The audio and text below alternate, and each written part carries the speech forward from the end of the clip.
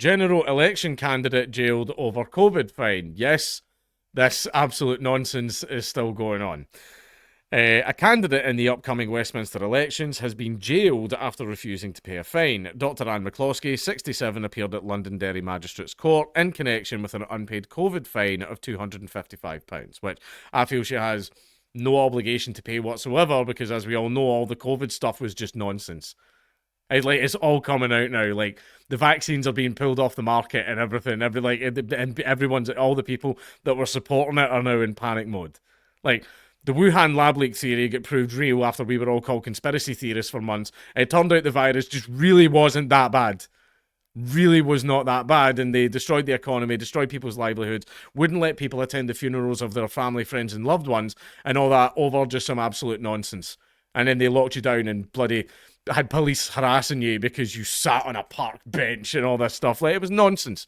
It was nonsense. It was a great big authoritarian LARP. That's what it was.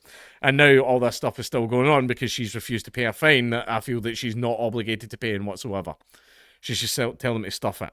She was given an immediate warrant to pay the amount or go to prison for 14 days. Dr. McCloskey of Chapel Road in Derry is running as an independent in foil in the UK general election. The fine was imposed in 2022 for a breach of COVID regulations. The Northern Ireland Court Service confirmed that Dr. McCloskey had been sent to Hydebank Wood Prison. Nonsense. District Judge Barney McKellum told the defendant he was not willing to give her time to pay, but if not, he would impose an immediate warrant with prison in lieu.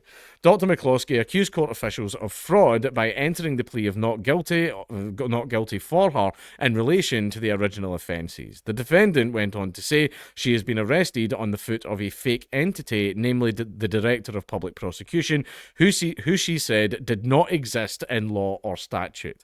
As the defendant continued to speak, Judge McKellum muted her microphone and said she was talking nonsense. Bloody hell. That's a judge as well. He said he had never met the DPP personally, but was pretty sure he existed. The judge said he had given Dr. McCloskey an opportunity, but she had gone off on a diatribe. Who is Dr. McCloskey? Dr. McCloskey was fined for breaching COVID regulations while speaking at an anti-lockdown rally in November 2020 in Derry.